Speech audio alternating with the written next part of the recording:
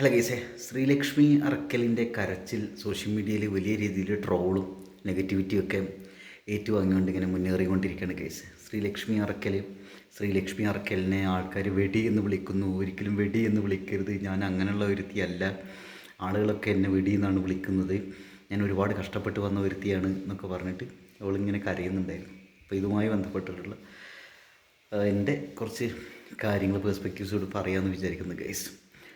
സംഭവം എന്താണെന്ന് വെച്ചിട്ടുണ്ടെങ്കിൽ, ഇപ്പോൾ പൊതുവെ ആളുകൾ എന്ന് വെച്ചാൽ ശ്രീലക്ഷ്മി അറക്കലിനെ വലിയ രീതിയിൽ ഇങ്ങനെ ട്രോളിങ് കൊണ്ട് ശ്രീലക്ഷ്മി അറക്കൽ പുരുഷന്മാർക്കെതിരാണ് എന്നൊക്കെ പറഞ്ഞുകൊണ്ട് നീ ദീപക്കിൻ്റെ അമ്മ, അതായത് നീ എന്ന് പറഞ്ഞാൽ ശ്രീലക്ഷ്മി അറക്കൽ ദീപക്കിൻ്റെ അമ്മ കരഞ്ഞപ്പോൾ, ദീപക്കിൻ്റെ മരണവുമായി ബന്ധപ്പെട്ട വീഡിയോസ് നമ്മൾ കണ്ടിട്ടുണ്ടായിരിക്കില്ലേ. അപ്പം ദീപക്കിൻ്റെ അമ്മ കരഞ്ഞ സമയത്ത് കള്ളക്കരച്ചിലാണെന്ന് ശ്രീലക്ഷ്മി അറക്കലിൻ്റെ അമ്മയും ഒക്കെ പറഞ്ഞിട്ടുണ്ടായിരുന്നു. അപ്പോൾ അതിനുള്ള ശിക്ഷയാണ് നിനക്ക് കിട്ടിയത്.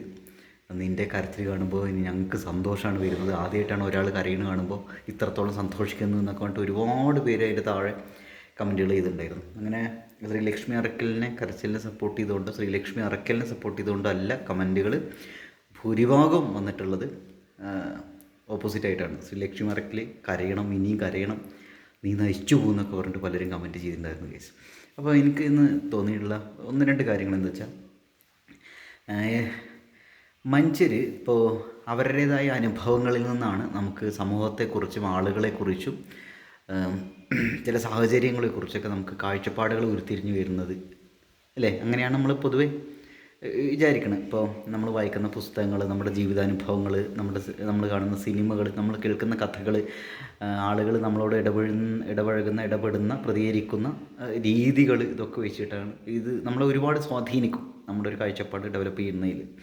അപ്പോൾ ശ്രീലക്ഷ്മി അറക്കലിൻ്റെ കാര്യത്തിൽ എന്താ വെച്ചാൽ, അവൾ പറയുന്നുണ്ട്, അവൾ ബസ്സിൽ പോകുന്ന സമയത്ത്, കുട്ടിയായിരിക്കുമ്പോൾ ബസ്സിൽ പോകുന്ന സമയത്ത് പലരും കയറി പിടിച്ചിട്ടുണ്ട്, ചന്തയിൽ പിടിച്ചിട്ടുണ്ട് എന്നൊക്കെ അവൾ ഓപ്പണായിട്ട് ഇങ്ങനെ പറയുന്നുണ്ട്. അപ്പോൾ ഇത് വലിയ രീതിയിൽ ട്രോമയാണ് ജീവിതത്തിൽ ഉണ്ടാക്കിയിട്ടുള്ള. കുറേ വർഷങ്ങളോളം ഒരു കുട്ടീനൊക്കെ ഇങ്ങനെ ചെയ്തിട്ടുണ്ടെങ്കിൽ ബാഡ് ടച്ചൊക്കെ ഉണ്ടായിട്ടുണ്ടെങ്കിൽ, മോശം അനുഭവങ്ങൾ ഉണ്ടായിരുന്നു, അത് ട്രോമയായിട്ട് കുറേ വർഷങ്ങളോളം സ്വാധീനിക്കും എന്നൊക്കെ. പൊതുവെ പുരുഷ വിരോധിയായ ഒരുത്തിയാണ് ശ്രീലക്ഷ്മി അറക്കൽ എന്നാണ് പൊതുവേ ഉള്ളൊരു കാഴ്ചപ്പാട് കേസ്. ശ്രീലക്ഷ്മി അറക്കൽ പറഞ്ഞിട്ടുണ്ട്, മറ്റേ കളങ്കാവൽ സിനിമ ഇറങ്ങിയ ടൈമിൽ പറഞ്ഞിട്ടുണ്ട്, അതിൽ മമ്മൂട്ടിയുടെ കഥാപാത്രത്തെ പോലുള്ള ഒരാളാണ് ശ്രീലക്ഷ്മി അറക്കലിൻ്റെ അച്ഛൻ. ഒരുപാട് സ്ത്രീകളായിട്ട് റിലേഷൻഷിപ്പുള്ള ഒരുത്തനായിരുന്നു അച്ഛൻ. ഒരുപാട് കല്യാണങ്ങൾ കല്യാണങ്ങൾ കഴിച്ചുള്ള ഒരുത്തനായിരുന്നു അച്ഛൻ എന്നൊക്കെ പറയുന്നുണ്ട്. അപ്പോൾ അച്ഛൻ എന്ന് പറയുന്നത് തന്നെ എന്താ പറയുക, വളരെ മോശപ്പെട്ട ഒരാൾ എന്ന ലെവലിൽ തന്നെ പൊതുവെ, അതേപോലെ ഇങ്ങനെ ബാഡ് എക്സ്പീരിയൻസുകളൊക്കെ ജീവിതത്തിൽ ഉണ്ടായി എന്നുകൊണ്ട് തന്നെ അങ്ങനെ ആയിരിക്കാം ശ്രീലക്ഷ്മി അറക്കൽ ഒരു പുരുഷ വിരോധിയായി തീർന്നത് എന്ന് പലരും കമൻറ്റുകളിലൊക്കെ ഇങ്ങനെ പറയുന്നുണ്ട്. ഒരു പക്ഷേ ആവാം, അറിയില്ല, നമുക്ക് അങ്ങനെ ഒരു സ്വാധീനം വന്നിട്ടുണ്ടായിരിക്കാം. ശ്രീലക്ഷ്മി അറക്കലിൻ്റെ അച്ഛൻ മൂലമുള്ള സ്വാധീനം ശ്രീലക്ഷ്മി അറക്കലിന് ബസ്സിൽ പോകുമ്പോഴുള്ള അനുഭവങ്ങളും ദുരനുഭവങ്ങളും ഒക്കെ പങ്കാളികളിൽ നിന്നൊക്കെ ഉണ്ടായിട്ടുള്ള മോശം അനുഭവങ്ങളൊക്കെ ഇങ്ങനെ പുരുഷ വിരോധിയായി തീരാനുള്ള സ്വാധീനമായിട്ട് മാറിയിട്ടുണ്ടായിരിക്കാം.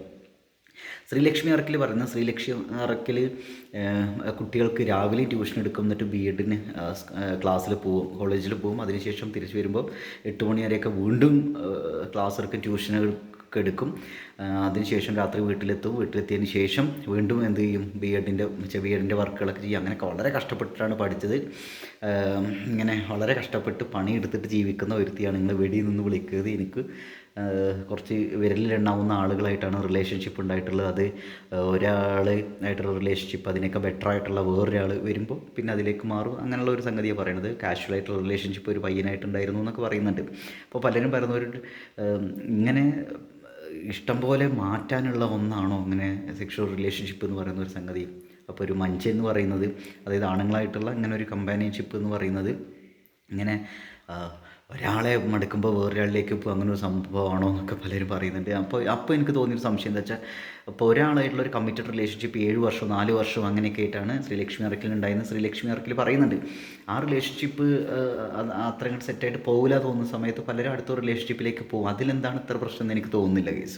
ഞാനിവിടെ ശ്രീലക്ഷ്മി അറക്കലിനെ മുഴുവനായിട്ട് സപ്പോർട്ട് ചെയ്തുകൊണ്ട്, കുറ്റപ്പെടുത്തിക്കൊണ്ടല്ല വീഡിയോ ചെയ്യുന്നത്. ഞാൻ ഇതുമായി ബന്ധപ്പെട്ടിട്ട് നമ്മുടെയൊക്കെ ജീവിതത്തിൽ സംഭവിക്കാവുന്ന കുറച്ച് കാര്യങ്ങളെക്കുറിച്ചാണ് ഞാൻ നോക്കിക്കാണാൻ ആഗ്രഹിക്കുന്നത്, വളരെ സിമ്പിളായ രീതിയിൽ.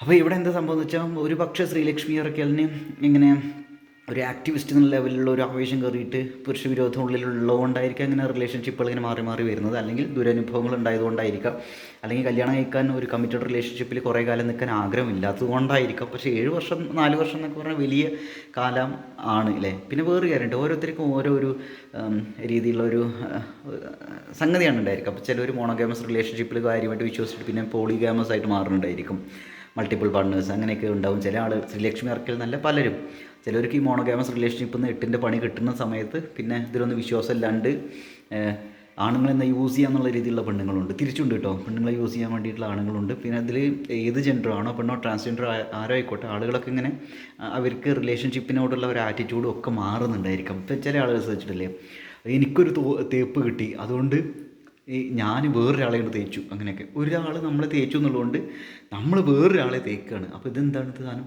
അപ്പോൾ നമ്മളെന്താ വെച്ചാൽ ആ ജെൻഡറിനോടുള്ള ഒരു ശത്രുത എന്നുള്ള രീതിയിലാണ് പലപ്പോഴും നമ്മുടെ ഒരു ആറ്റിറ്റ്യൂഡ് പോകുന്നുണ്ടായിരിക്കും. അപ്പോൾ അതിലൊന്നും എനിക്കൊരു തരത്തിൽ ന്യായീകരിക്കാൻ പറ്റില്ല. ശ്രീലക്ഷ്മി അറക്കൽ അങ്ങനെയാണ് ചെയ്തതെന്ന് പറയാനും പറ്റൂല കേട്ടോ. പിന്നെ ഇവിടെ പറയുന്ന ഒരു കാര്യം എന്താ വെച്ചാൽ, ശ്രീലക്ഷ്മി അറക്കലിൻ്റെ അമ്മ സക്കാത്തിന് വരെ പോയിട്ട് ഭക്ഷണം വാങ്ങിക്കൊണ്ട് വന്നിട്ടാണ് എനിക്കൊക്കെ തന്നിട്ടുള്ളത്. 600 രൂപയാണ് ഒരു മാസം. അംഗനവാടി ടീച്ചറോ അംഗനവാടി ഹെൽപ്പർ എന്തോ ആയിരുന്നു അമ്മ, അംഗനവാടിയിൽ വർക്ക് ചെയ്യുന്ന ആളായിരുന്നു. ഇപ്പോഴാണ് ഒരു 12,000 രൂപ എന്തോ കിട്ടുന്നത്. അപ്പോൾ ചെറുപ്പത്തിൽ ഒരുപാട് കഷ്ടപ്പെട്ടിട്ടുണ്ട്, ഭക്ഷണം ഇല്ലാണ്ടും വസ്ത്രം ഇല്ലാണ്ട് കാശില്ലാണ്ടും ഒക്കെ സ്വന്തമായിട്ട് അധ്വാനിച്ചിട്ട് ട്യൂഷൻ എടുത്തിട്ട് 9ാം ക്ലാസ് മുതൽ ട്യൂഷൻ എടുക്കുന്ന ഒരാളാണ് ശ്രീലക്ഷ്മി അറക്കൽ എന്ന് അവർ ആ ഇൻ്റർവ്യൂവിൽ ഇങ്ങനെ പറയുന്നുണ്ട്. അപ്പോൾ ഇവിടെ പറയുന്നത് വെച്ചാൽ ദീപക്കുമായി ബന്ധപ്പെട്ടുള്ള വിഷയങ്ങളാണ് ശ്രീലക്ഷ്മി അറക്കലിന് ഇപ്പോഴത്തെ ഒരവസ്ഥയിൽ ഇത്രയും നെഗറ്റിവിറ്റി വരാനുള്ള ഒരു സാഹചര്യം എന്ന് എനിക്ക് തോന്നുന്നു. പക്ഷേ പലപ്പോഴും കോൺട്രവേഴ്സ്യലായിട്ടുള്ള പല സ്റ്റേറ്റ്മെൻറ്റുകൾ ശ്രീലക്ഷ്മി അറക്കൽ അടിച്ചിട്ടുണ്ട്, അതൊരു വേറൊരു കാര്യം.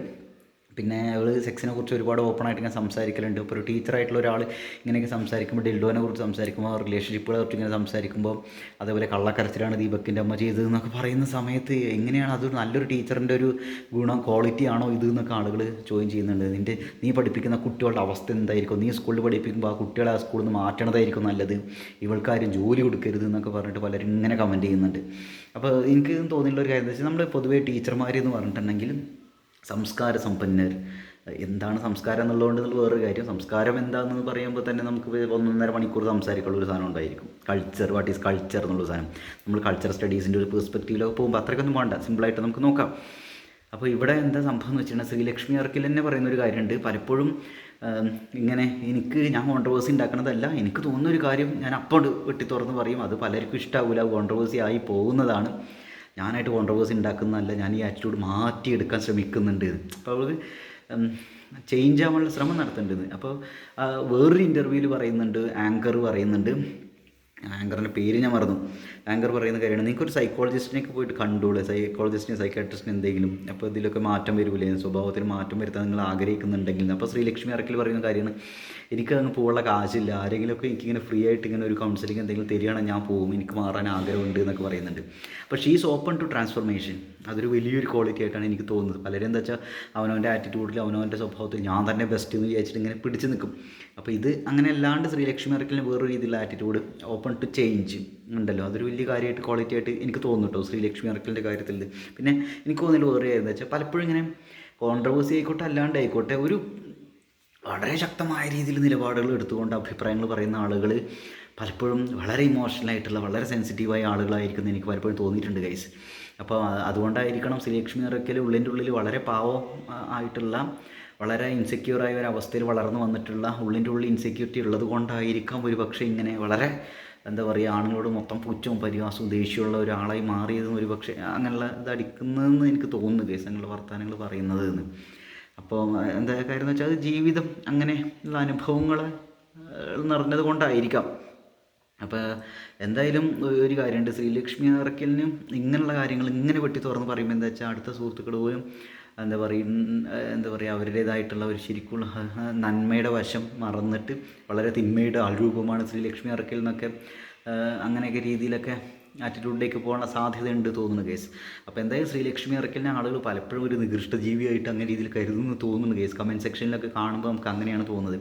അപ്പോൾ ഞാനിത് നോക്കിക്കാണുന്നത് എന്താ വെച്ചാൽ, ഈ ഒരു വിഷയത്തെ നോക്കിക്കാണുന്നത് വെച്ചാൽ, എല്ലാ മനുഷ്യരും ബേസിക്കലി പാവങ്ങളാണ്, സാഹചര്യങ്ങളാണ് ഓരോ മനുഷ്യരിങ്ങനെ ആക്കി തീർക്കുന്നത്. അപ്പോൾ എന്താ കാര്യം, ശ്രീലക്ഷ്മി അറക്കലിനെ നമുക്ക് വേണ്ട രീതിയിൽ ശ്രീലക്ഷ്മി അറക്കലിനെ നമ്മൾ സപ്പോർട്ട് ചെയ്യണം. എല്ലാവർക്കും എന്താ പറയുക, ഇവിടെ പരസ്പര സഹകരണത്തോടെ സപ്പോർട്ടോടു കൂടി സ്നേഹത്തോടു കൂടി സമാധാനത്തോട് ജീവിക്കാനുള്ള അവകാശമുണ്ട്. പക്ഷേ നമ്മുടെ ജീവിത സാഹചര്യം കൊണ്ട് പലപ്പോഴും ഇങ്ങനെ ആയി പോകുമ്പോൾ എന്താ വെച്ചാൽ അങ്ങനെ ഒരു ജീവിത സാഹചര്യത്തിൽ വന്നുകൊണ്ടായിരിക്കും ശ്രീലക്ഷ്മി അറക്കൽ അങ്ങനെ ആയിട്ടുണ്ടാവുക. ശ്രീലക്ഷ്മി അറക്കൽ ഏറ്റവും മോശപ്പെട്ട ആളെന്നോ വളരെ മോശപ്പെട്ട ആളെന്നൊന്നും ഞാൻ പറയുന്നില്ല കേട്ടോ.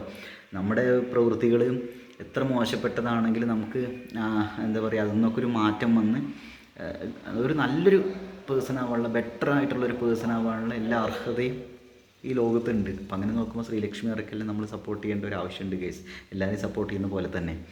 അപ്പോൾ ഇങ്ങനെ സൈബർ ബുള്ളിങ്ങും ഇതൊക്കെ ഇങ്ങനെ വരുന്ന സമയത്ത് ശ്രീലക്ഷ്മി അറക്കൽ അവർക്ക് അതിൽ വലിയ മാറ്റങ്ങൾ വരുത്തണം, കുറച്ചും കൂടിയൊക്കെ ഒന്ന് പോസിറ്റീവായിട്ടുള്ള ഒരു സ്വാധീനം, ഇൻഫ്ലുവൻസ് സമൂഹത്തിൽ കൊണ്ടുവരണം എന്ന് ആഗ്രഹിക്കുന്ന ഒരാളാണെങ്കിൽ തീർച്ചയായും എല്ലാ സാഹചര്യങ്ങൾ നമുക്ക് ഒരുക്കി കൊടുക്കാൻ സാധിക്കും. നമ്മളാരും പെർഫെക്റ്റ് ഒന്നുമല്ലല്ലോ. അപ്പോൾ ഇങ്ങനെ സൈബർ ബുള്ളിങ് വന്നുകൊണ്ടിരിക്കുമ്പോൾ അത് അവരെ സമാധാനത്തെ ബാധിക്കുന്നുണ്ടായിരിക്കും, അവരുടെ കരിയറിനെ ബാധിക്കുന്നുണ്ടായിരിക്കും. കുട്ടികളെയൊക്കെ പഠിപ്പിക്കുമ്പോൾ അവർ പാരൻസ് ഒക്കെ ഇടപെട്ടുണ്ടായിരിക്കും, അതവർ ജോലി വരെ ഇല്ലാണ്ടാകുന്ന ഒരവസ്ഥയിലുണ്ടായിരിക്കും. അതവരുടെ ഒരു സമയത്ത് അവർക്ക് എന്തെങ്കിലും അത്രയും അത്യാവശ്യം വരുന്ന സമയത്ത് ആരും കൂടെ ഇല്ലാത്തൊരവസ്ഥയിൽ എത്തിക്കുന്നുണ്ടായിരിക്കാം, കൂടുതൽ വിവാദങ്ങളിലേക്ക് പോകുന്നുണ്ടായിരിക്കും ഒക്കെ ഉണ്ട്. അപ്പോൾ ഇങ്ങനെ ചില ആളുകളെ മെൻ്റലി ഇമോഷണലി അൺഹെൽത്തി ആയിരിക്കും. അപ്പോൾ അവരെ അല്ലെങ്കിൽ സെക്യൂർ ആയിരിക്കില്ല, സേഫ് ആയിരിക്കില്ല. അപ്പോൾ അവരെയൊക്കെ കൈപിടിച്ച് ഉയർത്തേണ്ട, കൂടെ നിർത്തേണ്ട, ചേർത്ത് പിടിക്കേണ്ട ധാർമ്മിക ഉത്തരവാദിത്വം എന്നല്ല, എന്തായാലും പറയുക, നമ്മൾ അങ്ങനെയുള്ള ഒരു വൈബ് നമുക്കുണ്ടെങ്കിൽ ഈ സമൂഹം എത്ര അടിപൊളിയായിരിക്കും അല്ലേ. അപ്പോൾ ഇതൊക്കെയാണ് എനിക്ക് ഈ വിഷയവുമായി ബന്ധപ്പെട്ട് സംസാരിക്കാനുള്ളത്. ഇത് ശ്രീലക്ഷ്മി അറക്കലിനെ സപ്പോർട്ട് ചെയ്തുകൊണ്ട് ശ്രീലക്ഷ്മി അറക്കലിനെ മുഴുവനായിട്ട് എഴുതി തള്ളിക്കൊണ്ട് പറയുന്ന ഒരു സംഗതിയല്ല. ഞാൻ ശ്രീലക്ഷ്മി അറക്കൽ നമ്മളെപ്പോലെ തന്നെ ഒരു മനുഷ്യജീവിയാണ് എന്നുള്ള ലെവലിലാണ് ഗൈസ് ഈ ഒരു വിഷയത്തെ നോക്കി കാണാൻ ആഗ്രഹിക്കുന്നത്. അപ്പോൾ അങ്ങനെയുള്ള കുറച്ച് കാര്യങ്ങളാണ് ഞാൻ ഈ വീഡിയോയിൽ ഉൾപ്പെടുത്തിയിട്ടുള്ളത്. ഇത് ഞാൻ ഒറ്റ സ്ട്രെച്ചിലാണ് പൊതുവേ ഞാൻ വീഡിയോസ് ചെയ്യുന്നത്. അപ്പോൾ അതിൽ എന്തെങ്കിലുമൊക്കെ മിസ്റ്റേക്കുകളും സംഗതികളൊക്കെ ഒരു പക്ഷേ സംഭവിച്ചിട്ടുണ്ടായിരിക്കും. എന്തായാലും ഈ വിഷയവുമായി ബന്ധപ്പെട്ട് നിങ്ങളുടെ കാഴ്ചപ്പാടുകൾ, നിങ്ങളുടെ അഭിപ്രായങ്ങളൊക്കെ കമൻറ്റിൽ രേഖപ്പെടുത്തുക ഗൈസ്. ആദ്യമായിട്ടാണ് ചാനൽ കാണുമെങ്കിൽ സബ്സ്ക്രൈബ് ചെയ്യുക. എന്തായാലും ശ്രീലക്ഷ്മി അറക്കലിനും ഈ സമൂഹത്തിൽ ജീവിക്കാനുള്ള അടിപൊളിയായിട്ട് ജീവിക്കാനുള്ള എല്ലാ അർഹതയും അവകാശമുണ്ട്, നമ്മളെപ്പോലെയൊക്കെ തന്നെയാണ്. അപ്പോൾ എന്താ പറയുക, അവർക്ക് ഇങ്ങനെ മാറ്റങ്ങൾ വരുത്തണം, സ്വഭാവത്തിൽ ഇടപെടലും എന്നൊക്കെ കുറച്ചുകൂടി പോസിറ്റീവായ രീതിയിൽ ഇടപെടണം എന്നൊക്കെ ആഗ്രഹിക്കുന്നുണ്ടെങ്കിൽ അവർക്ക് സൈക്കോളജിസ്റ്റിൻ്റെ സഹായം അവർ ആഗ്രഹിക്കുന്നുണ്ടെങ്കിൽ കുറേ ആളുകളുണ്ടല്ലോ നമ്മുടെ സമൂഹത്തിൽ, ആരെങ്കിലുമൊക്കെ അങ്ങനെ മുൻകൈ എടുത്ത് മുന്നോട്ട് വരികയാണെങ്കിൽ, അവരെ ചേർത്ത് നിർത്തുകയാണെങ്കിൽ ഒരു അടിപൊളിയായിട്ടുള്ള രീതിയിൽ ഒരുപാട് നല്ല കാര്യങ്ങൾ ചെയ്യാൻ ശ്രീലക്ഷ്മി അറക്കലിനും ഈ സമൂഹത്തിൽ സാധിക്കുമെന്ന് ഞാൻ വിശ്വസിക്കുന്ന കേസ്. എന്ന് കരുതി ഇപ്പോൾ ഇതൊന്നും ചെയ്യണില്ല എന്നല്ല, നമ്മൾ ഈ സോഷ്യൽ മീഡിയ കാണുന്നത് മാത്രമല്ല ശ്രീലക്ഷ്മി അറക്കലിൻ്റെ ജീവിതം അല്ലേ. നമ്മുടെ ആരുടെ ജീവിതം ഈ സോഷ്യൽ മീഡിയ കാണുന്നത് മാത്രമല്ല, വേറെ കുറേ ബുദ്ധിമുട്ടുകളും പ്രശ്നങ്ങളും അതേപോലെ തന്നെ നമ്മൾ ചെയ്യുന്ന നല്ല ജീവിതമായിട്ടുള്ള കുറേ കാര്യങ്ങളും അങ്ങനെ എത്തിപ്പെടുന്ന സാഹചര്യങ്ങളൊക്കെ ഉണ്ടായിരിക്കും. അപ്പോൾ അത് എല്ലാവരും സപ്പോർട്ട് ചെയ്തിട്ട് ഇങ്ങനെ പോയിട്ടുണ്ടെങ്കിൽ അടിപൊളിയായിരിക്കും എന്ന് വിചാരിക്കുന്ന കേസ്. എന്തായാലും ശ്രീലക്ഷ്മി അറക്കൽ ഇത്രയും സൈബർ ബുള്ളി നേരിട്ടുകൊണ്ടിരിക്കുമ്പോൾ അവരത് ചില സമയത്ത് ചിലപ്പോൾ ഒറ്റയ്ക്ക് നേരിടാൻ പറ്റാത്തൊരവസ്ഥ വന്നിട്ടുണ്ടെങ്കിൽ ഒരു അവസ്ഥ ആലോചിച്ച് നോക്കി. അപ്പോൾ നമ്മൾ ചേർത്ത് പിടിക്കുക. അപ്പോൾ ആർക്കായാലും വലിയ രീതിയിൽ സൈബർ ബുള്ളിങ് വന്നിട്ടുണ്ടെങ്കിൽ ഭയങ്കര പ്രശ്നമായിരിക്കും. അപ്പോൾ ശ്രീലക്ഷ്മി അറക്കലിനെ ആൾക്കാർ തെറി വിളിക്കുന്നുണ്ട്, ശ്രീലക്ഷ്മി അറക്കലിൻ്റെ അമ്മേനെ തെറി വിളിക്കുന്നുണ്ട്, ഒക്കെ ഉണ്ട്. 30 വയസ്സുള്ള ഒരു സ്ത്രീ ഇത്ര ബോധമല്ലേ എനിക്ക്, നീ വളരെ നെഗറ്റീവായിട്ടുള്ള ഒരാളാണ്, പിശാചാണ് നീയും, അങ്ങനെ എന്നൊക്കെ പറഞ്ഞിട്ടൊക്കെയാണ് കമൻറ്റുകളൊക്കെ വരുന്നത്. എത്ര ട്രോള്, എത്ര നെഗറ്റീവ് കമൻറ്റ്സാണ് അവർ വീഡിയോസിന് താഴെ ഇങ്ങനെ വന്നുകൊണ്ടിരിക്കുന്നത്. അപ്പോൾ എന്തായാലും ഇത്രയൊക്കെയുള്ളൂ പറയുള്ളത് ഗൈസ്. ആദ്യമായിട്ട് ചാനലാണെങ്കിൽ സബ്സ്ക്രൈബ് ചെയ്യുക ഗൈസ്. നിങ്ങളുടെ അഭിപ്രായങ്ങൾ, വിഷയവുമായി ബന്ധപ്പെട്ടുള്ള അഭിപ്രായങ്ങളൊന്ന് കമൻറ്റായിട്ട് രൂപപ്പെടുത്തും. വേറൊരു വീഡിയോയിൽ കാണാം.